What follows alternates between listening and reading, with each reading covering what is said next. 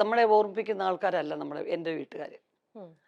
എന്ത് പറ്റിയത്, പുതിയതായിട്ട് സംസാരമൊക്കെ മാറി വരുന്നു എന്ന് നമ്മളെ ഓർമ്മിപ്പിക്കും. ഓ. മനസ്സിലായി. അതുകൊണ്ട് തന്നെ ഞാൻ പറഞ്ഞു, എനിക്ക് ഇപ്പം എൻ്റെ ഈ മുട്ടുവേദന വന്ന് ഇപ്പം എൻ്റെ ഡോക്ടർ പറഞ്ഞു, ഒരു കാര്യം ചെയ്യും, ആ. നിങ്ങൾ കഴിയുന്നത് ഈ രണ്ട് കാലും കൂടെ ഇങ്ങനെ തൂക്കിയിട്ടിരിക്കരുത്, നീര് വരും. ആ. അപ്പോൾ ഒരു കാലിൻ്റെ മുകളിൽ ഒരു കാല് വെച്ച് ഉം. അങ്ങനെ ഇരിക്കൂ. ഉം. പക്ഷെ എൻ്റെ വീട്ടിൽ സമ്മതിക്കത്തില്ല. എന്ത് പറ്റി മക്കളെ, കാല് ഭാരമായിട്ട് തോന്നുന്നോ, എന്ത് പറ്റി കാലുമേ കാലിട്ടൊക്കെ ഇരിക്കുന്നതെന്ന് ചോദിക്കും. ഉം. എന്നാലും ആരും ഇല്ലാത്തപ്പോൾ ഞാനപ്പോൾ യൂസ്ഡ് ആവുകയാണ്. ഉം. അപ്പോൾ അങ്ങനെയുള്ള നല്ല എഡ്യൂക്കേറ്റഡ് ആണ് എൻ്റെ അമ്മ. ഉം. പക്ഷെ എങ്കിലും പറഞ്ഞു തരുന്നൊക്കെ അങ്ങനെയുള്ള കാര്യങ്ങളാണ്.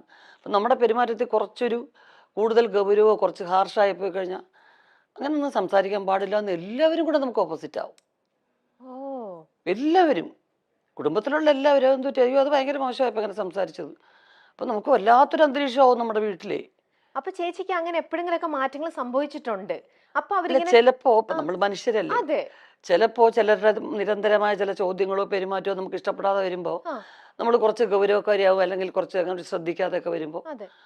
ഒരു മിനിറ്റ് മോളെ ഒന്ന് വന്നേ, എൻ്റെ അമ്മ അകത്തോണ്ട് അങ്ങനെ പെരുമാറരുത്. ഓക്കെ. ഇഷ്ടമുണ്ടോ ഇല്ലയോ, നമ്മളെ അന്വേഷിച്ച് അവർ വന്ന് സംസാരിക്കുകയാണ്. ഉം. അവർ പോകുന്ന അത്രയും സമയം വരെ ഒരു ചിരി മുഖത്ത് ഉണ്ടാവണം ഉം. എന്ന് ഓർമ്മിപ്പിക്കും. അപ്പോൾ നമ്മൾ വല്ലാതെ അപ്സെറ്റ് ആവും. ഓ. മനസ്സിലായില്ലേ? അപ്പോൾ നമ്മുടെ ഓപ്പോസിറ്റ് ഇരിക്കുന്ന ആൾക്കാരുടെ ഉം. മനസ്സിനെ വ്രണപ്പെടുത്താത്ത രീതിയിൽ പെരുമാറിയേ പറ്റൂ ഉം. എന്നുള്ളത് നമ്മളറിയാതെ നമ്മുടെ മനസ്സിൽ കിടക്കുകയാണ്. ഉം. അപ്പോൾ നമ്മൾ കുറച്ച് എന്തെങ്കിലും ഇപ്പം ഇപ്പോഴൊക്കെ എന്ന് വെച്ച് കഴിഞ്ഞാൽ, എനിക്ക് ഒന്നാമത്തെ കാര്യം ലൈഫിൽ അഭിനയിക്കാൻ ഒട്ടും അറിയാത്തത് കൊണ്ട് ഉം. ചില കുറേ കൂടുതൽ ഇറിറ്റേഷൻ ഒക്കെ വരുമ്പോൾ കുറച്ചങ്ങ് പ്രകടിപ്പിച്ച് പോകും അറിയാതെ. അതെ. പക്ഷെ ഇത് വെച്ച് കഴിയുമ്പോൾ ഞാൻ ഓർക്കും, എൻ്റെ അമ്മയും എൻ്റെ വീട്ടിലുള്ളവരും എല്ലാം ഓർക്കും, അവര് അയ്യോ ഇവരാരെങ്കിലും അവരോട് പറയൂ. പിന്നത്തെ കുറ്റബോധം മുഴുവൻ അതാണ്. പിന്നെ അവരെ ഒന്നും ഇങ്ങനെ പാച്ചപ്പ് ചെയ്തെടുക്കും. അതെ. പക്ഷെ ഞാൻ അങ്ങനെ പറഞ്ഞല്ല കേട്ടോ, ഇങ്ങനെയല്ല കേട്ടോ. പക്ഷെ നമ്മുടെ കുടുംബാന്തരീക്ഷം തന്നെയാണ് നമ്മളുടെ പല മാറ്റങ്ങൾക്കും കാര്യം. ഓക്കെ. തീർച്ചയായിട്ടും. ഈ കൽപ്പന ചേച്ചി രഞ്ജിനി ചേച്ചിയായിട്ട് എനിക്ക് നല്ല അടുപ്പമുണ്ട്. നല്ല ഉർവശി ചേച്ചിനെ ഞാൻ ആദ്യമായിട്ട് ഇങ്ങനെ മീറ്റ് ചെയ്യണത്.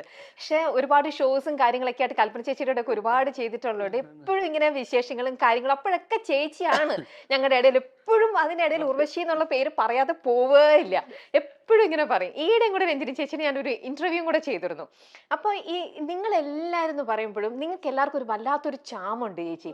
നിങ്ങൾ 3 പേരിലും നമ്മളെ എല്ലാവരും ഇപ്പോഴുമായി ഇഷ്ടം വെക്കുന്നതിൽ ഒരു വല്ലാത്തൊരു മാജിക് പവറാണ്. ഞാൻ എന്നെ എപ്പോഴും ആലോചിക്കും, നിങ്ങളുടെ ബ്ലഡ് എടുത്ത് വേറൊരാൾക്ക് കൊടുത്താലും ഇതിങ്ങനെ തന്നെ കിട്ടും. നിങ്ങൾ എല്ലാവർക്കും ഇതേപോലെ ചിരിച്ച മുഖത്തോടെ ഇരിക്കാനും മറ്റുള്ളവരെ ചിരിപ്പിക്കാൻ എന്നൊക്കെ പറയുന്നത് ഒട്ടും തന്നെ ഈസി ആയിട്ടുള്ള ഒരു കാര്യമല്ല. പക്ഷെ നിങ്ങൾ എത്ര ഈസി ആയിട്ടാണ് മറ്റുള്ളവരെ ചിരിപ്പിച്ചുകൊണ്ടിരിക്കുന്നത്. അതൊക്കെ ആ ഒരു some magic power runs in the blood എന്നൊക്കെ പറയുന്നത്. അത് എൻ്റെ അമ്മ തന്നെയാണ് അതിന്റെ കാരണം. അച്ഛനും വളരെ സരസനായിരുന്നു, കലാകാരനായിരുന്നു. രണ്ടുപേരും ആർട്ടിസ്റ്റ് അല്ലേ. അറിയാം. അപ്പൊ അത് തന്നെയാണ് ബേസ്. പക്ഷെ അമ്മ എപ്പോഴും ചിരിക്കാനും ചിരിപ്പിക്കാനും ഇഷ്ടമുള്ള ആളായിരുന്നു. ഇപ്പോഴും അത് തന്നെയാണ്. നമ്മളൊക്കെ ഇങ്ങനെ എല്ലാവരും കൂടി ഇരുന്ന് ഗൗരവത്തിൽ സംസാരിക്കുന്നത് എൻ്റെ അമ്മയ്ക്ക് ഇഷ്ടമല്ല. എന്തെങ്കിലും കുറച്ച് ഭയങ്കര ഗൗരവമുള്ള ഈ കരച്ചിൽ പടങ്ങളൊന്നും എൻ്റെ അമ്മ കാണത്തില്ല. ആണോ? മക്കളെ മാറ്റത്, ആ ചാനൽ മാറ്റുക, അല്ലെങ്കിലേ ഉണ്ട് നമുക്ക് പ്രശ്നങ്ങൾ, ഇത് കരഞ്ഞുകൊണ്ടിരിക്കാൻ വയ്യ. ഉള്ളൊഴുക്ക് കണ്ടിട്ടില്ല എൻ്റെ അമ്മ, കലശേച്ചി കണ്ടിട്ടില്ല, എൻ്റെ വീട്ടിൽ ആരും കണ്ടിട്ടില്ല. അങ്ങനെയുള്ള എൻ്റെ സിനിമകളും കാണത്തില്ല. അങ്ങനത്തെ ഒരു പ്രശ്നമുണ്ട്. അപ്പൊ അമ്മയ്ക്ക് റെസ്ലിംഗ് കാണത്തില്ല എൻ്റെ അമ്മ. എൻ്റെ അമ്മ പറഞ്ഞ് മനസ്സിലായിരുന്നു, ബ്രദേഴ്സൊക്കെ അതൊക്കെ ഒരു അവര് കറക്റ്റായിട്ട് റിഹേഴ്സൽ ചെയ്തിട്ട് അമ്മ ചെയ്യുന്നത്. അതൊന്നും അവർക്ക് അങ്ങനെ നോവത്തൊന്നുമില്ല. അതെല്ലാം അവർ പ്രാക്ടീസ് ചെയ്യണത്. വേണ്ട വേണ്ട വേണ്ട, മനുഷ്യൻ കൂടെ അടിച്ച് ചാവുന്നത് കാണാൻ വയ്യ, അവൻ നെറ്റിന്റെ മുകളിൽ കയറി താഴെ അവൻ്റെ നെഞ്ചത്തോട്ട് ചാടുന്നു, വേണ്ട എനിക്ക് കാണുകയോ വേണ്ട എന്ന് പറയും. അപ്പൊ അത്രയും ഒരു പോസിറ്റീവ് അറ്റ്മോസ്ഫിയർ ഇഷ്ടപ്പെടുന്ന ഒരാളാണ് എൻ്റെ അമ്മ. ഇതൊക്കെ ആക്ടിങ് ആണെന്ന് അറിയുന്ന ഒരാള്, ഒരു ആക്ടറും കൂടിയാണ്, എന്നിട്ടും ഇങ്ങനെ അല്ലേ? ചേച്ചിക്ക് അപ്പൊ ഇതിനോടുള്ള ചേച്ചിയുടെ കാഴ്ചപ്പാട് എങ്ങനെയാ? തീർച്ചയായിട്ടും അതൊരു പരിധി വരെയും കറക്റ്റാണ്. പക്ഷെ എനിക്കൊക്കെ എന്ന് വെച്ച് കഴിഞ്ഞാൽ ഒരുപാട് അങ്ങ് അഭിനയിക്കാൻ പറ്റത്തില്ല. അപ്പൊ എന്ത് ചെയ്യും, നമ്മള് കണ്ടിട്ടുള്ള ഏറ്റവും പരിധി ഒട്ടും ഗൗരവമില്ലാത്ത അങ്ങ് സംസാരിച്ചേക്കുക. നമുക്ക് ഫീൽ ചെയ്യുന്നതോ അല്ലെങ്കിൽ ഒട്ടും ഇത് കാര്യമായിട്ടുള്ള രീതിയിലുള്ള സംസാരം എല്ലാം തോന്നിക്കഴിഞ്ഞാൽ പരസ്പര ബന്ധമില്ലാതെ ഞാൻ വേറെ കാര്യങ്ങളൊക്കെ സംസാരിക്കും. ഡൈവേർട്ട് ചെയ്തിട്ട് അവര് ചോദിക്കുന്ന ചോദ്യം ഉത്തരവായിരിക്കത്തില്ല ഞാൻ പറയുന്നത്. ഒരു ബന്ധത്തിനെയും ഈ ചോദ്യത്തിനെയും ഉത്തരം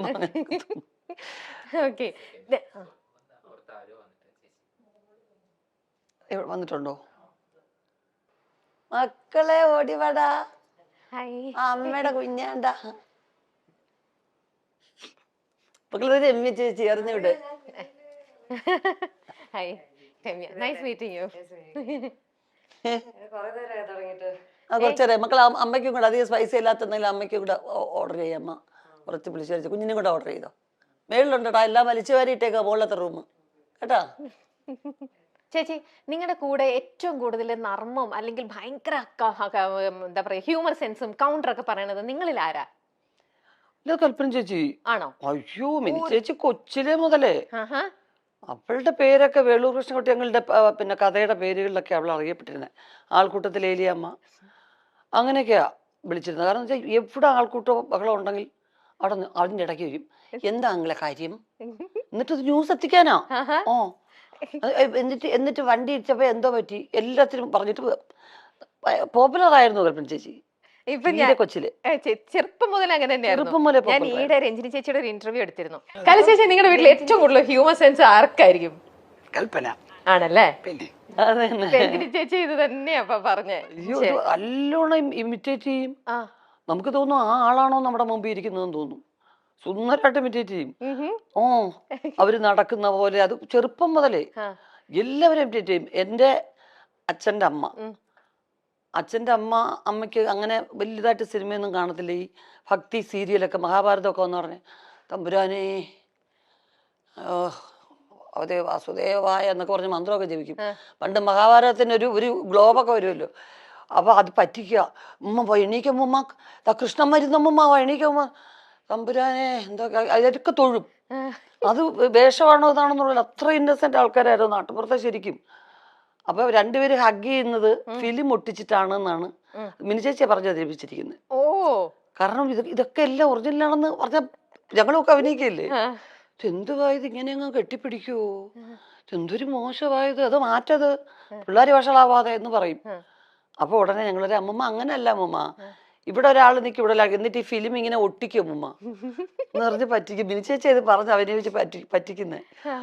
എന്നിട്ട് പക്ഷെ വർഷങ്ങൾക്ക് ശേഷം എനിക്കത് ഒരനുഭവത്തിൽ വന്നു. അപ്പൊ ഞാൻ ആലോചിച്ചു, അയ്യോ പണ്ട് മിനിച്ചേച്ചി പറഞ്ഞൊരു തോന്നുന്നു. കാരണം മുരളിച്ചേട്ടൻ ഞാനും കൂടെ വെങ്കലത്തിലൊരു സംഗതി വരും. അപ്പൊ വെങ്കലത്തിലൊരു ഭയങ്കര മൊശടനായിട്ടുള്ള ഒരാളായിട്ടാണ് മുരളിച്ചേട്ടൻ. കല്യാണം വേണ്ട. അപ്പൊ ഒരു ഫസ്റ്റ് നൈറ്റ് സീക്വൻസ് ആണ്. അപ്പൊ ഞാൻ കൊച്ചാട്ടാന്നാ വിളിക്കുന്നത്. ഞാൻ എന്റെ ബന്ധുവും കൂടാ. കൊച്ചാട്ടൻ എൻ്റെ കൂടെ ലവ് സീൻ അഭിനയിക്കാൻ വലിയ പാടാണ്.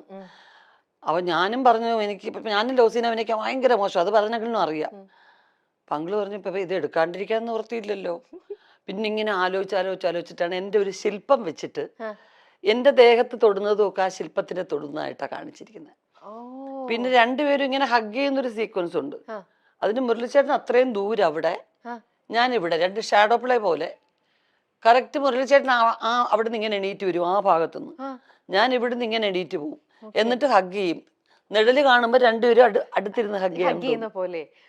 ഇങ്ങനെയൊക്കെ അങ്ങനെ എടുത്തിട്ടുണ്ട്. ഇതൊക്കെ ക്യാമറ ടെക്നിക്സ് എന്നൊക്കെ പറയുന്നത്. തീർച്ചയായിട്ടും ഇന്നും വേണമെങ്കിൽ അങ്ങനെ ചെയ്യാം. അങ്ങനെ ചെയ്യാലോ, തീർച്ചയായിട്ടും ചെയ്യാലോ. കാരണം ഞങ്ങൾക്ക് രണ്ടുപേർക്ക് അഭിനയിക്കാൻ പറ്റില്ല. ഞാൻ ബേസിക്കായിട്ട് എനിക്ക് അങ്ങനെയുള്ള സീക്വൻസ് വലിയ പാടാണ്. കാരണം ഒന്നാമത് എല്ലാവരും എന്നെ അത്ര വാത്സല്യത്തോടു കൂടിയാണ് സെറ്റ് കണ്ടിരിക്കുന്നത്. എന്നെ ആരും ഉർവശി എന്ന് വിളിക്കുന്ന ഈ ജനറേഷനിലുള്ളവരേ ഉള്ളൂ. അന്നെല്ലാം പൊടിമുളയെന്നാണ് വിളിച്ചിരുന്നത്. അപ്പൊ എനിക്ക് ഭയങ്കര കുറച്ചിലാണ് എനിക്ക് ലവ് സീൻ അഭിനയിക്കാൻ.